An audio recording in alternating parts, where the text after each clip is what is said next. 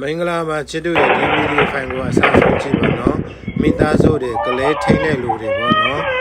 တကယ်ဒီမှာကြည့်ပါကလေးလေးကအင်္ဂါနဲ့ထွက်လာတာဘယ်သူမှလာကူမဲ့လူမရှိဘူးဒီမှာကြည့်ကလေးလေးထိန်းတဲ့အင်္ဂါလူတွေဘယ်ရောက်ကုန်မလဲကလေးလေးကဘလောက်ထိငုံငုံနော်အင်္ဂါလူတွေတရားမှမကြားရဘူးကလေးကနော်ဒီမှာထိုင်ကုန်ပေါ်မှာထိုင်ပြီးမှလမ်းမလျှောက်တတ်တဲ့အရွယ်မျိုးလို့နော်ဒီမှာငုံနေတယ်ဘာမှမလုပ်တတ်ဘူးသူမလောက်ပဲငုံငုံအင်္ဂါလူတွေဘယ်ရောက်ကုန်ပြီလဲနော်အဖေအမေတွေပေါ့အဓိကအဖေအမေလုပ်တဲ့လူတွေတေချာကရိုးဆိုင်ကြပါနော်ဒီမှာကြည့်ကလေးလေးဘလောက်ပဲငုံငုံဘလောက်ပဲအော်တော့နော်အော်လဲတူမအော်နိုင်ဘူးဒီလောက်ပဲငုံနေတယ်အင်္ဂါမိသားစုအဖေအမေတွေဘယ်ရောက်ကုန်ပြီလဲဒါပေမဲ့ဒီကလေးကာတောင်းချက်ကဒီမှာဆိုင်ကယ်လာ